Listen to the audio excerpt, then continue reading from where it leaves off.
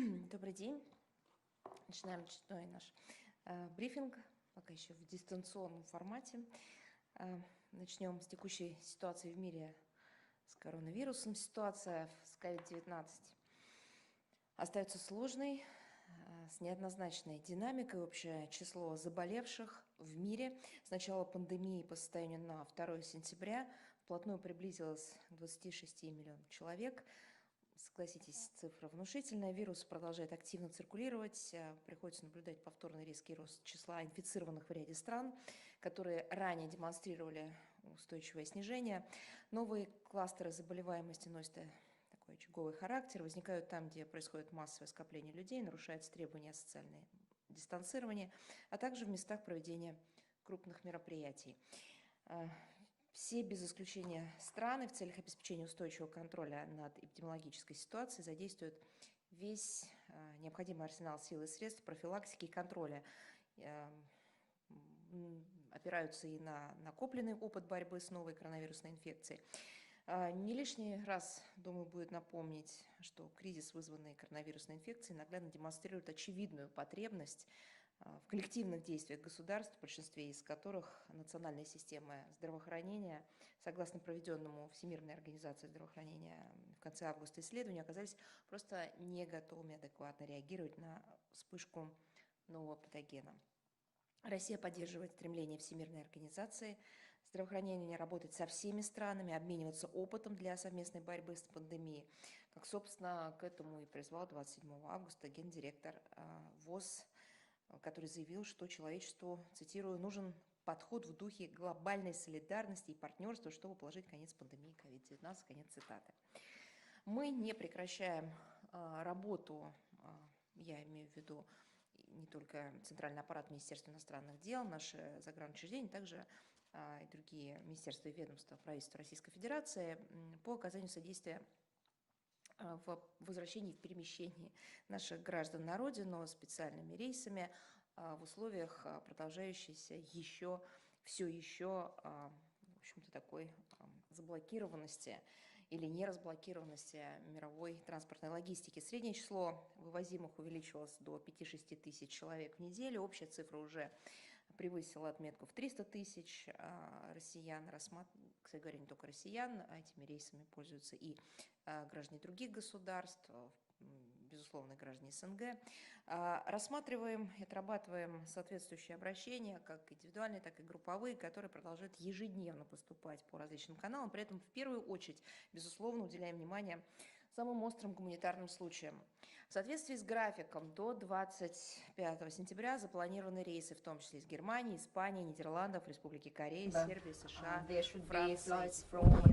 Отдельно хочу отметить включение плана 3 авиарейсов Китая.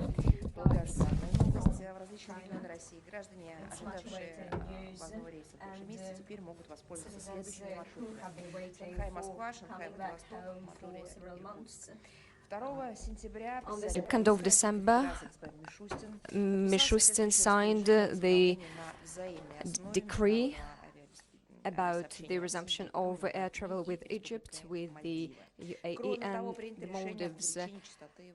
He also decided to increase the number of flights to Switzerland up to 4 flights a week.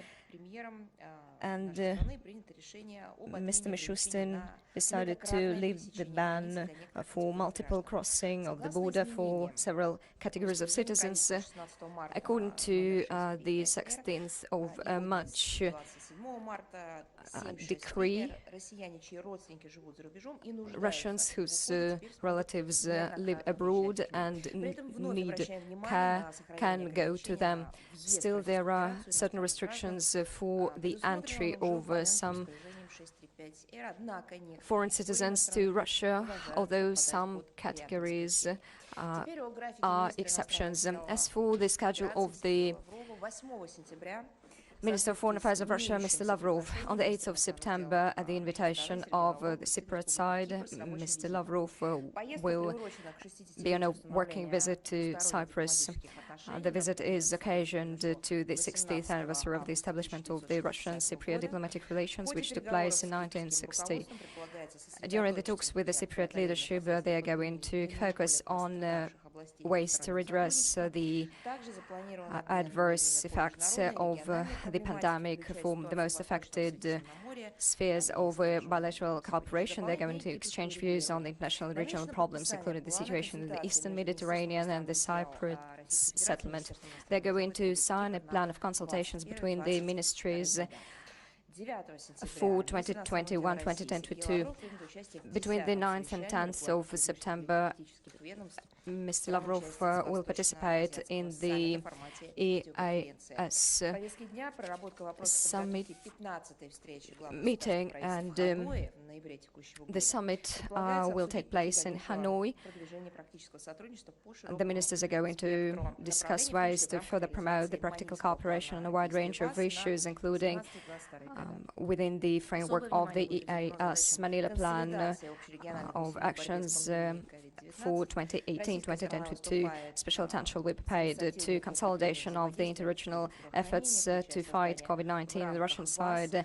Stands for initiatives to reinforce interaction in the sphere of healthcare, including creating a mechanism of cooperation to combat infectious diseases within the EAS, and the ministers are going to exchange views on international and regional issues on improving the architecture of security in the APR.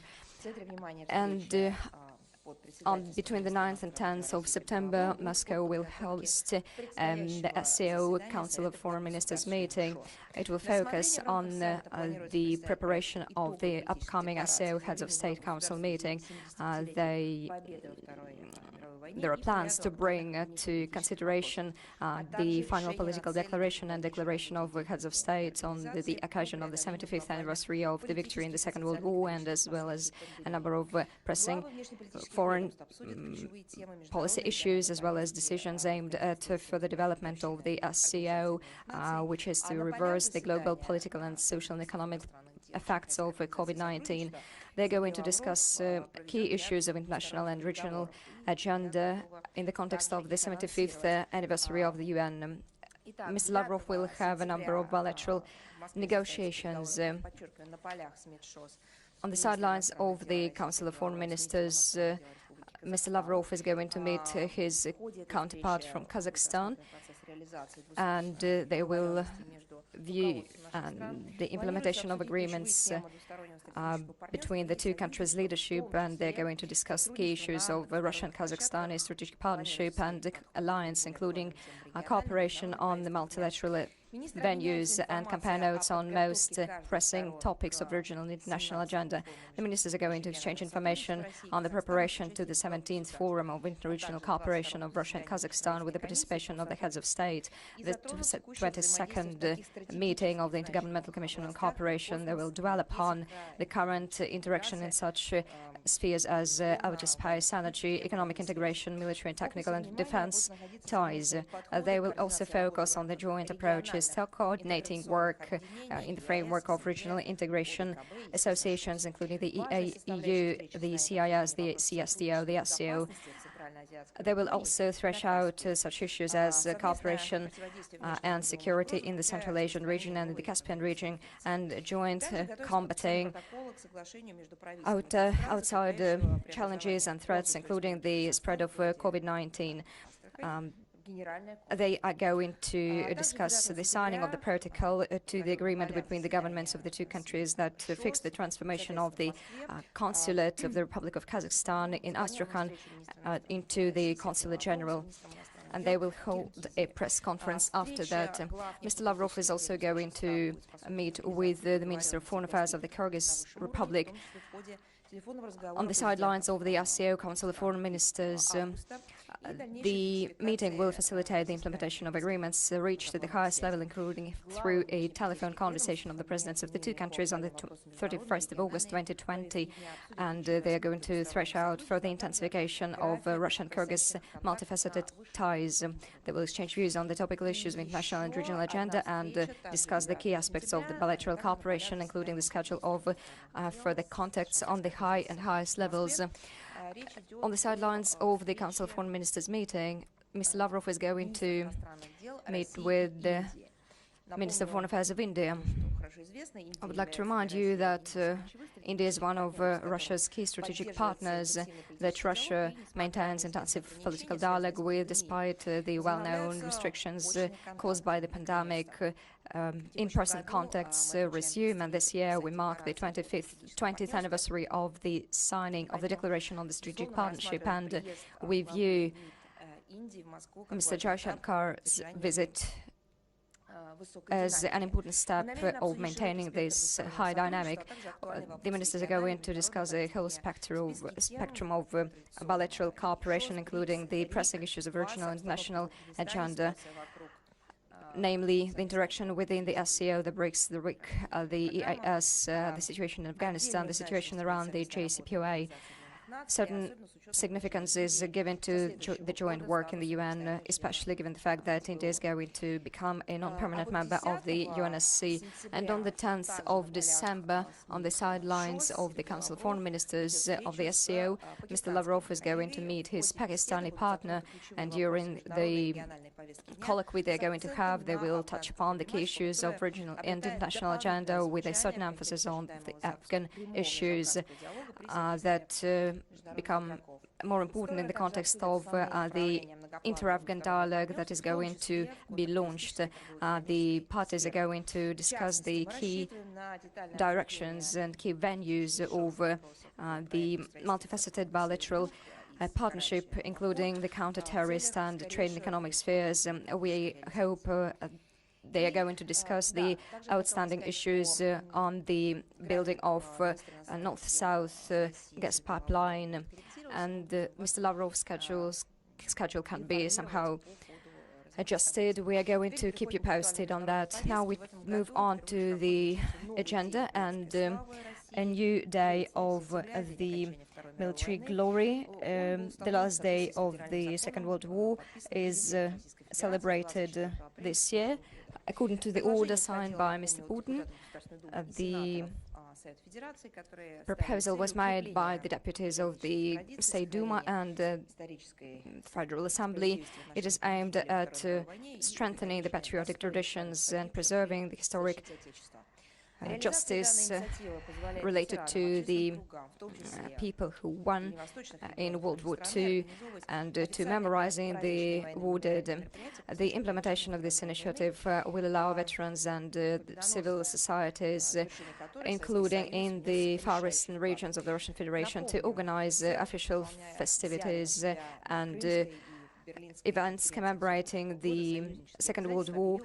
And I would like to remind you that the Soviet Union, honoring its obligation that it assumed during the Crimean and the Berlin conferences in 1945, declared war against Japan on the 8th of August 1945, and on the 9th of August the strategic Manchurian offensive was launched, and it ended with a smashing defeat of the Kwantung Army, with the liberation of Manchuria, North Korea, South Sakhalin and the Kuril Islands. The Soviet Union participation in the war with Japan resulted in the last German allies' quick surrender.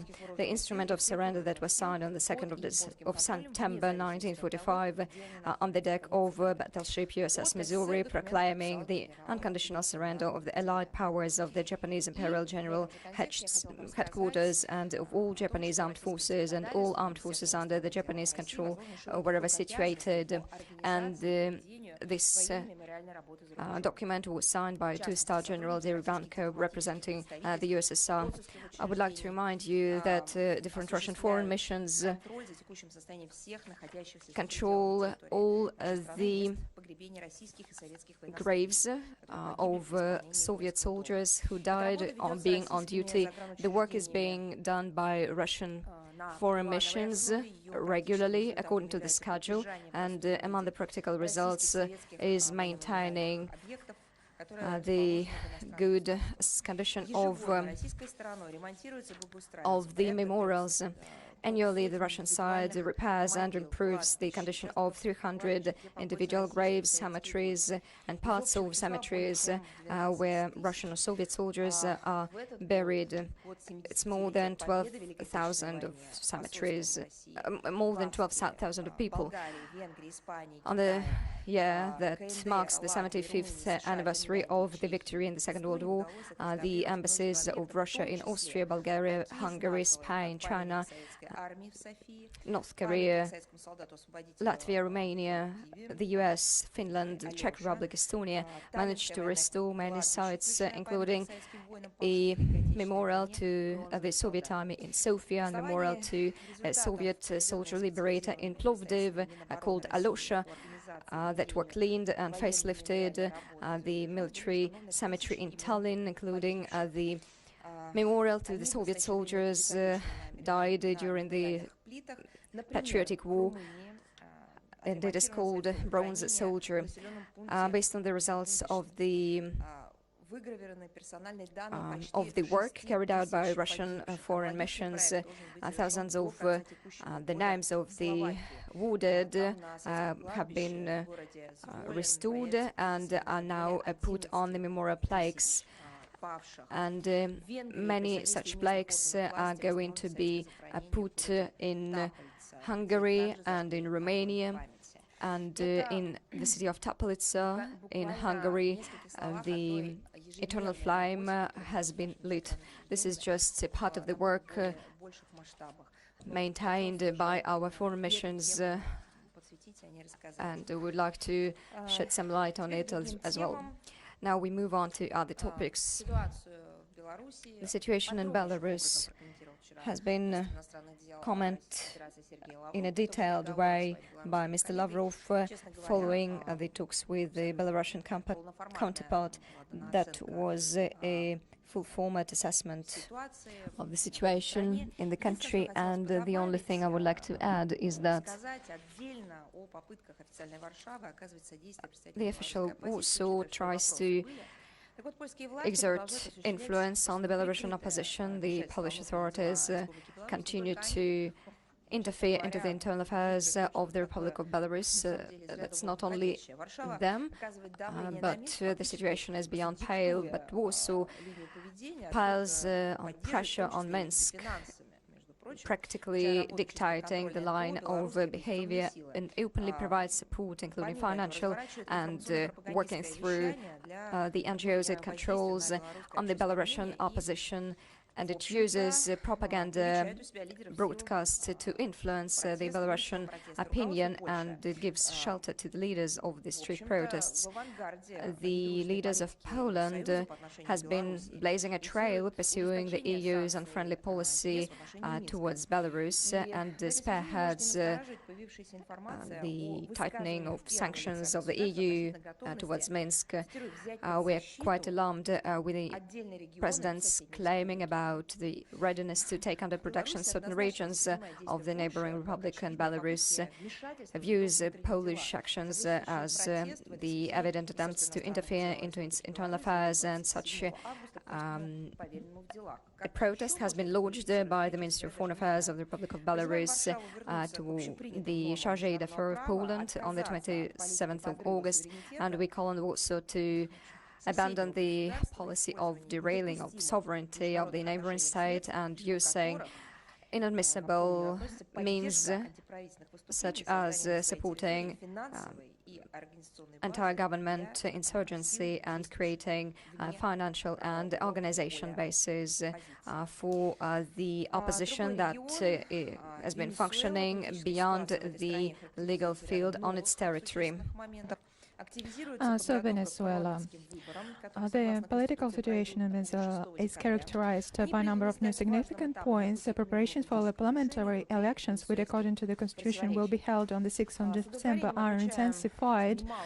We note with satisfaction that many representatives of opposition political forces have expressed their willingness to participate in the electoral process, and we welcome the willingness of the government of Venezuela to provide them with all the necessary electoral guarantees, to invite international observers, including from the UN and EU. In order to achieve national reconciliation, President Nicolas Maduro has taken an unprecedented decision to pardon 110 opposition members who were previously tried on charges of embezzlement of public funds, involvement in attempts of state revolution, and attempted assassination of the head of state. These individuals restored their political rights, including the right to vote and be elected. This decision was agreed with the various links of the opposition, both within and outside the round table of the national dialogue. It was noted that this step was appreciated by EU High Representative for Foreign Affairs and Security Policy Josep Borrell and UN High Commissioner for Human Rights Michelle Bachelet. Against this background, as they say in the Western Front, there are no changes. The United States were at the forefront of those who demanded the release of the so-called political prisoners, again threatens to increase the sanctions pressure on Caracas and intend to continue struggling the Venezuela's economy, especially its oil sector. The rhetoric about the alleged drug terrorism threat emanating Venezuela is growing, and we have already underlined that unilateral restricting measures against Caracas should be banned and should be abolished, and this only deprives Venezuela of much-needed resources to effectively counteract the spread of coronavirus infection and to purchase personal protective equipment, medical equipment, and medicines. In this context, the pandemic, maintaining and tomorrow strengthening legal sanctions seems like a politically motivated crime. At the same time, having announced that parliamentary elections are not recognized, Washington openly encourages radicals to boycott the vote. This is an absolutely destructive stance that shows contempt for the Venezuelan people, their maturity, and political wisdom. If we put aside the rhetoric in this track, the purpose of this policy is to keep afloat the project that has been failed, the project Guaido imposed on them from the outside. The United States has invented many such projects, and this is one of those. In our opinion, the international system to normalize the situation in Venezuela cannot be imposed from the outside through some action plans. To help is to support the efforts of those directly involved in the dialogue and settlement process. And this doesn't mean the demand to overthrow legitimate authorities at any cost. We call on all responsible members of the international community to prevent attempts to disrupt the constitutional electoral process in Venezuela and to contribute as much as possible to the creation of favorable conditions for the Venezuelans themselves to develop constructive and compromise solutions to existing problems in the legal framework without external, let alone pressure or interference. Let's pause to Syria and to the OPCW. And once again, we have to state that the Technical Secretariat of the Organization of the Prohibition of Chemical Weapons continues to procrastinate under far-fetched pretext the investigation into the use of chemical weapons by the Syrian armed opposition, about which the official Damascus regularly informs the OPCW and the UN Security Council. Almost 2 years have passed since the incident in the Syrian city of Aleppo. It was conducted on the 24th of November 2018, and the Technical Secretariat is still unable to complete the investigation, constantly making additional demands on the Syrian side, which has already provided the OPCW inspection team with access to the site of the accident, provided all available information, and constantly demonstrates openness and willingness to cooperate. Unfortunately, the OPCW Technical Secretariat was not so sensitive to information received, and from unknown resources in a third country regarding the investigation into the incidents in Latamna and other cities for which the Syrian authorities were ultimately blamed. We believe that the prolongation of investigation of cases of the use of chemical weapons by the militants contradicts the requirements of the Convention on Prohibition of Chemical Weapons, and once again testifies to the commitment to the OPCW Technical Secretariat in Syrian cases, as well as its readiness to fulfill political order, which has been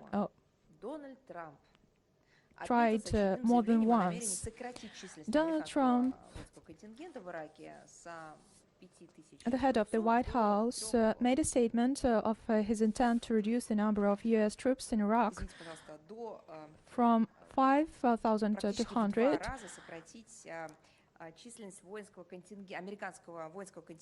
So he made a statement about the reduction of the U.S. forces in Iraq by half.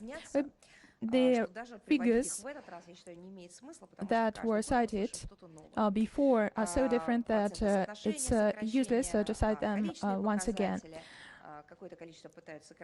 They try to reduce this number and then they increase it. So I believe that we should comment on the trend, on the tendency. We think that the real actions of the U.S. authorities to curtail the military presence in Iraq as well as the Middle East region as a whole would be a step in the right direction. As the presence of American units on the Iraqi soil didn't bring either stability or peace there. On the contrary, the security situation there remains very tense, as we repeatedly noted. At the same time, we cannot fail to note that the intentions of and the policy of the Washington administration, their intention to withdraw troops from foreign countries often remain empty declarations that are not implemented. And as an example, we can cite Syria, where the U.S. soldiers are firmly entrenched, although Trump has repeatedly said that he intends to remove them from there. But this is not the only one example. Lebanon.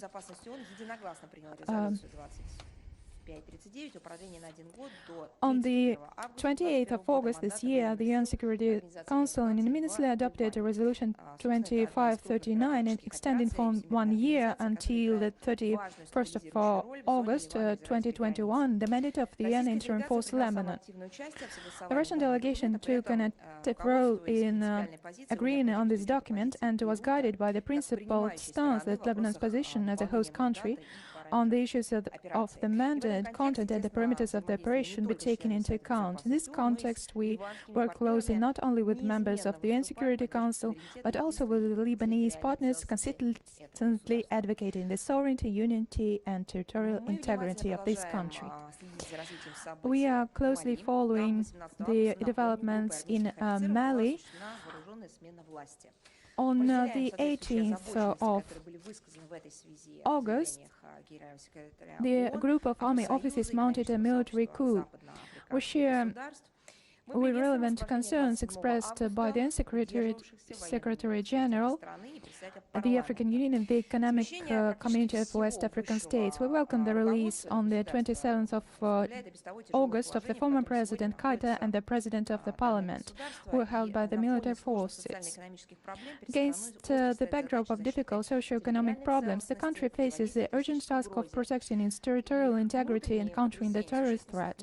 Internal turmoil significantly reduces the ability of Malians to continue to effectively contribute to collective efforts of the Saharan Sahel region to fight against terrorism, including the format of the Sahel 5.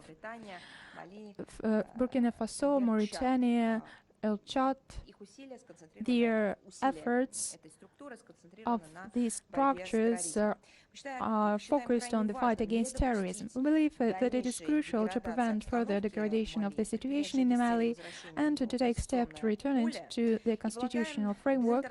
We believe that the only way to go out of the crisis is to ensure law and order and to organize an inclusive national dialogue and the relevant steps in that direction.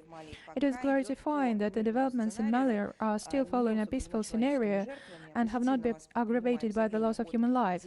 A statement of that was given on the 19th of August, made by the National Committee for the Salvation of the People,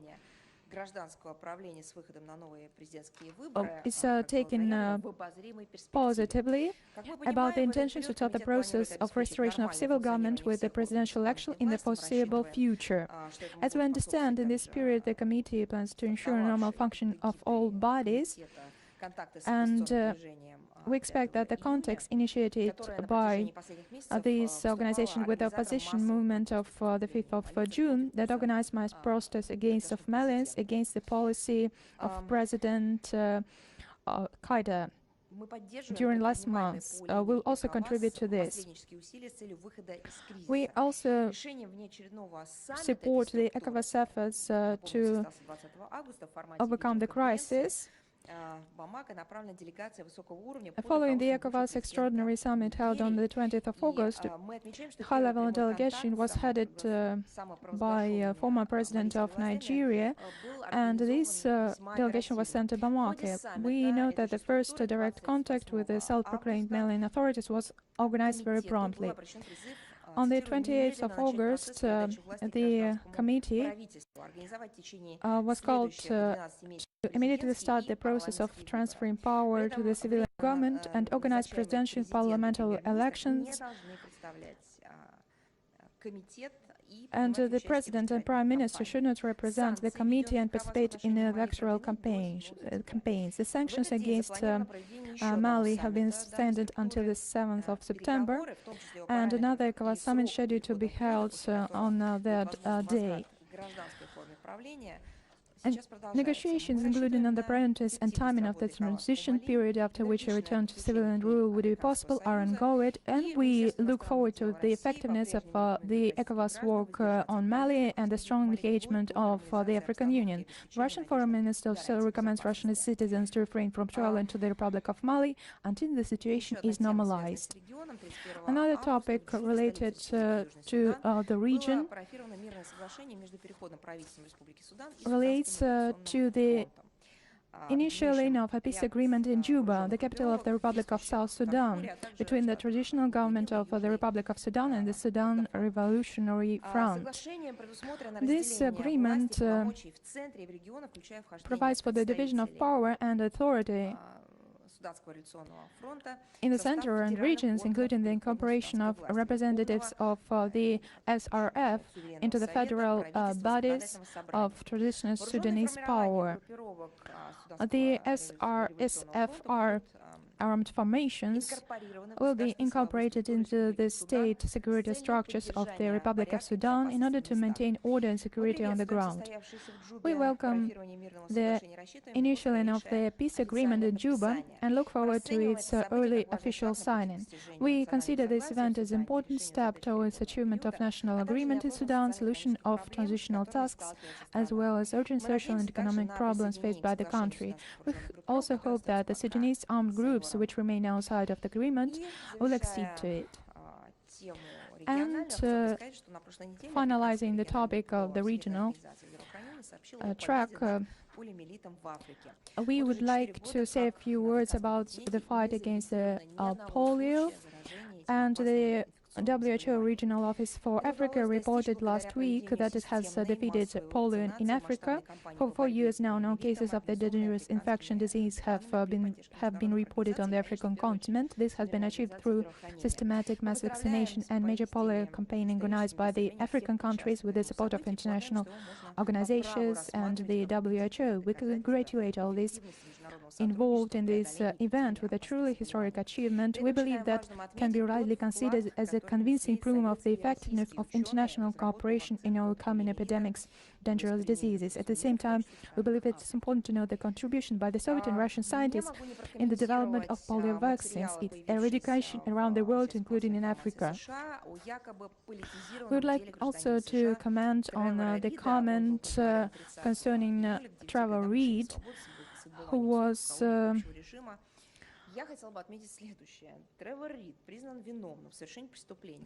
convicted to 9 years of imprisonment. We're serving a sentence in general regime colony. As it is known,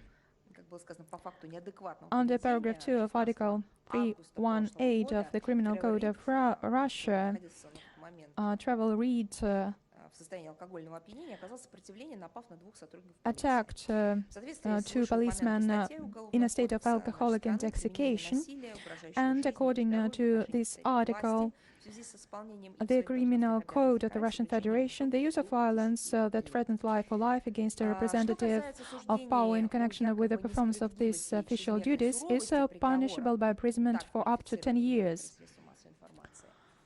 As for judgment of injustice and excessive severity of the sentence, as it was qualified by the United States, we would like to say that in the United States and Western countries, the punishment of such crimes is much longer. For example, in New York State, for assaulting a police officer, line of duty, the penalty is up to 15 years.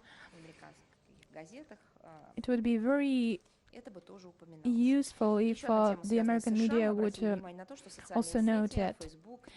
We also noted and paid attention to the fact that social networks, Facebook and Twitter, once again blocked and then deleted 18 accounts and 2 pages of allegedly Russian origin under the pretext of violation of service rules. These decisions were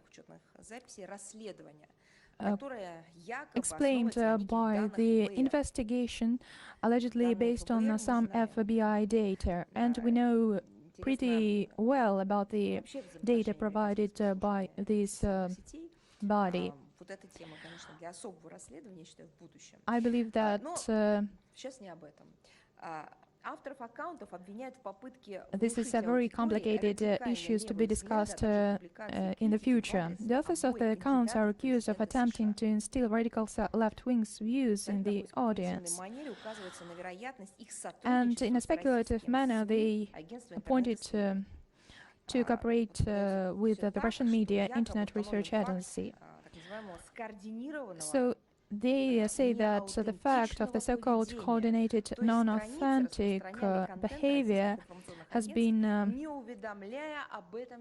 proved, and so they distributed the content of Russian news agency without notifying the reader.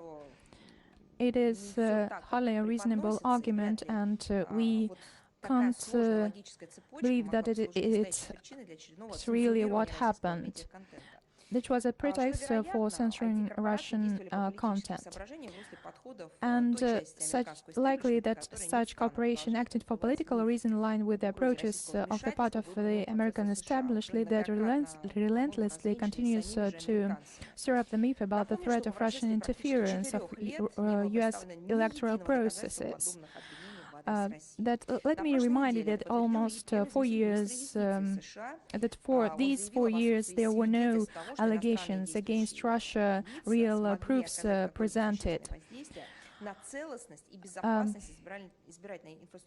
Last week, First Deputy Justice Secretary also confirmed that there were no evidence that foreign actors had been any significant impact on the integrity or security of electoral or campaign infrastructure. It seems that the United States are engaged just in such kind of foundless speculations in the context of the forthcoming U.S. elections, and we urge these platforms to revise their conduct in the field of the freedom of speech, and we hope that the relevant international organization would respond in an appropriate way. On the 6th of September, the Kingdom of Eswatini is going to celebrate the public holiday, the Independence Day.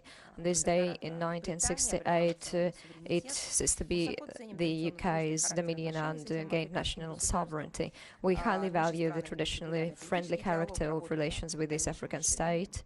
Russia and Eswatini enjoy political dialogue on a regular basis, work on further strengthening and extending of mutually beneficial cooperation in the political, military and technical, trade and economical and humanitarian spheres.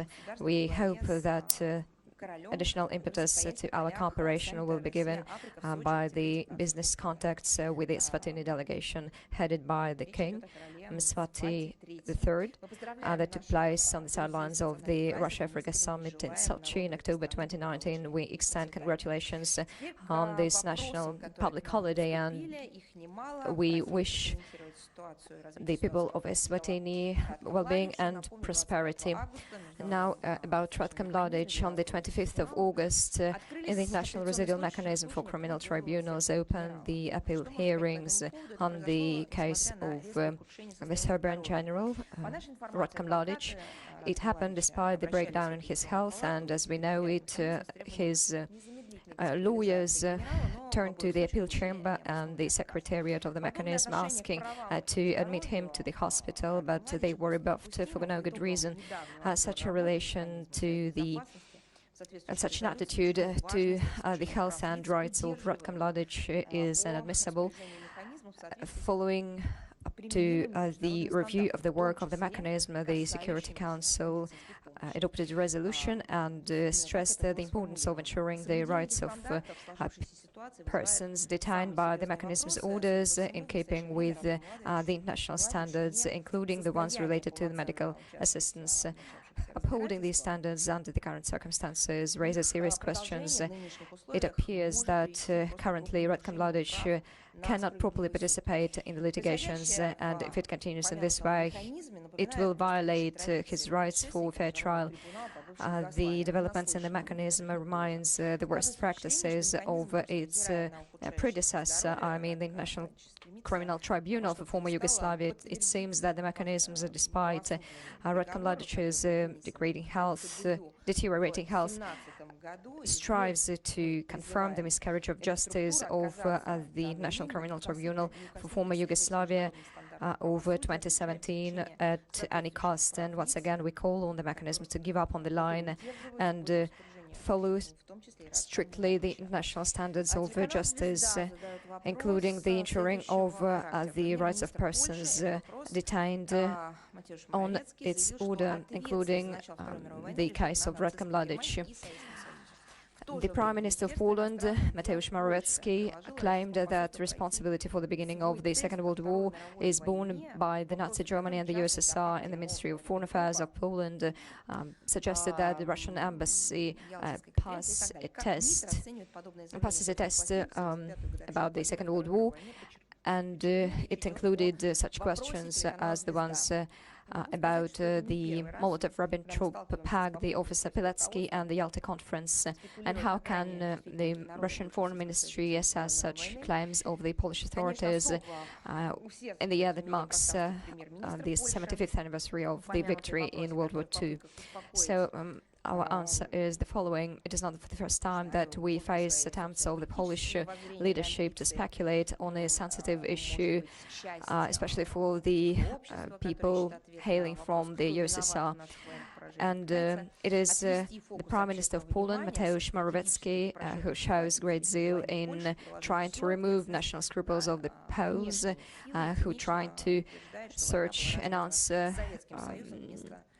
to the question who is to blame for the losses of on the battlefields, and tries to divert the attention from the strategic blunders of the pre-war Poland's leadership and shift the responsibility for the outside forces, cynically claiming that the war was waged by the Soviet Union together with Hitler's Germany, and millions of civilians killed, which was mentioned by the Polish government ahead of the beginning of World War II, is something we sympathize with.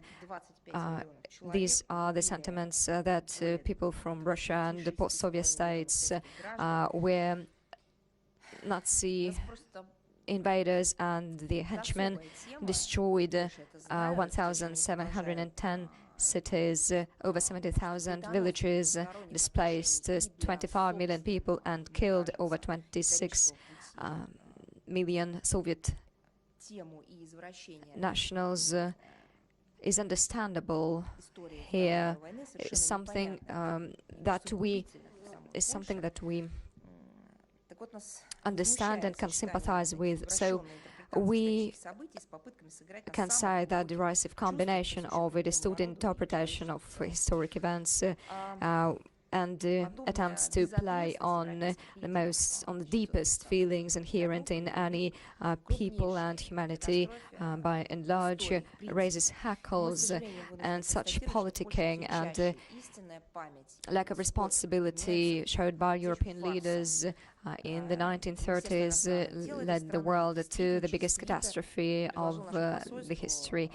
Unfortunately, we have to state that Poland replaces the genuine memory and mourning with a farce, and the Ministry of Foreign Affairs of this country used Twitter to suggest that our ambassador in Warsaw pass a test on the knowledge of wartime events.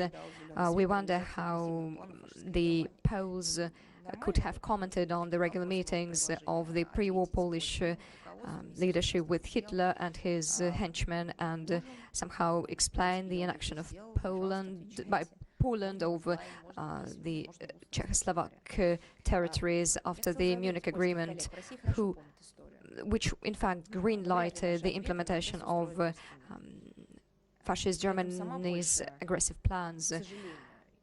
We can assure our Polish colleagues that Russia knows the history quite well, and our answers to these questions is something that the Polish Ministry of Foreign Affairs can hardly be fine with. At the same time, Poland has already failed this test, trying to forget who made the biggest contribution to the defeat of Nazism and rescued the peoples of Europe from the extermination.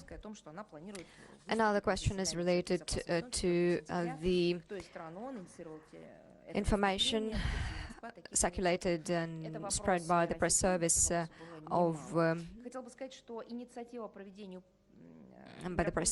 about the running for presidential office of Svetlana Tikhanovskaya and her plans to appear at the meeting of the UNSC on the 4th of September. What UN country initiated such a speech, and is Moscow aware of such initiatives? Actually, it is Estonian initiative, and there is news about Tikhanovskaya's participation in the meeting.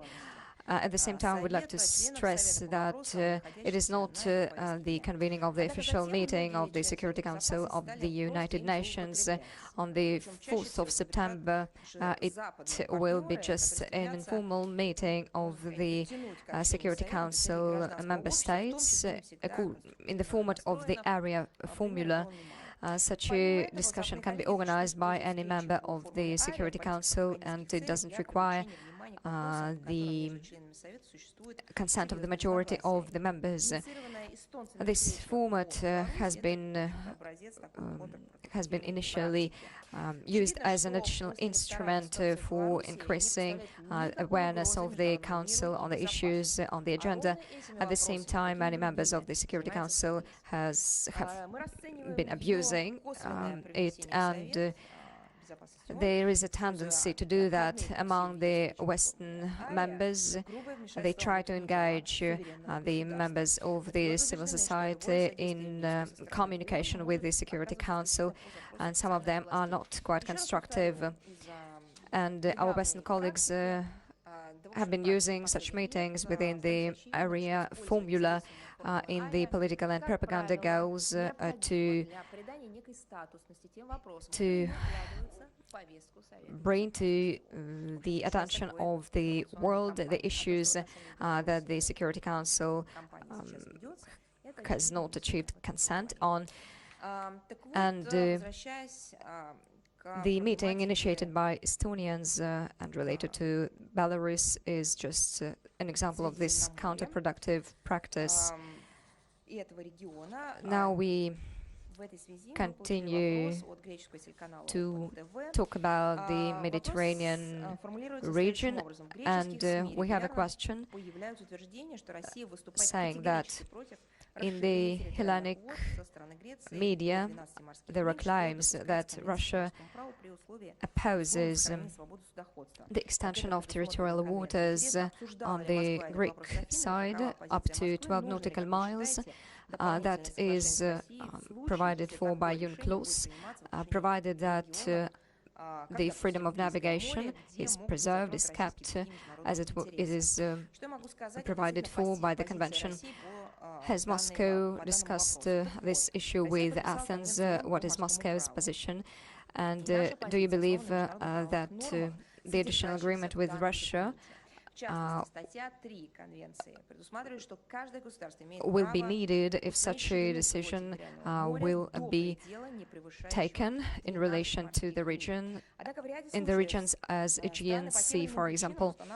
Russia's position that has signed UNCLOS is based on international legal norms that are contained in the document. In particular, Article 3 of the Convention envisages that every state is entitled to establish the width of its territorial sea to the limit that does not exceed 12 nautical miles. However, in a number of cases, countries for this or that reason establish the territorial sea of a smaller width, and we proceed from the fact that the states draw upon the common sense and take into account the geographical specificities of the region.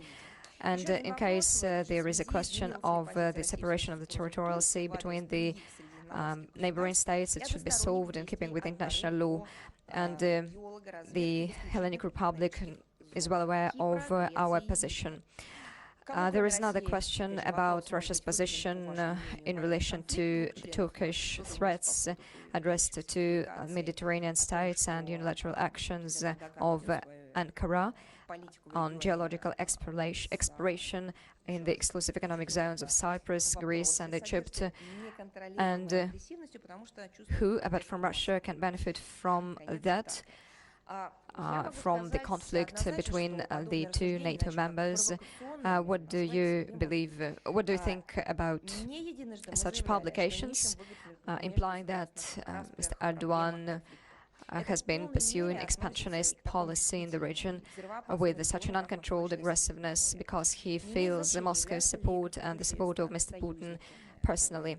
Such speculations can be named only as provocational. We have claimed on many occasions that we do not try to profiteer from international conflicts, and the case is the same about the Eastern Mediterranean. And Russia is for solving all conflict issues through the political dialogue, and this is it. And I see you later. I wish you health.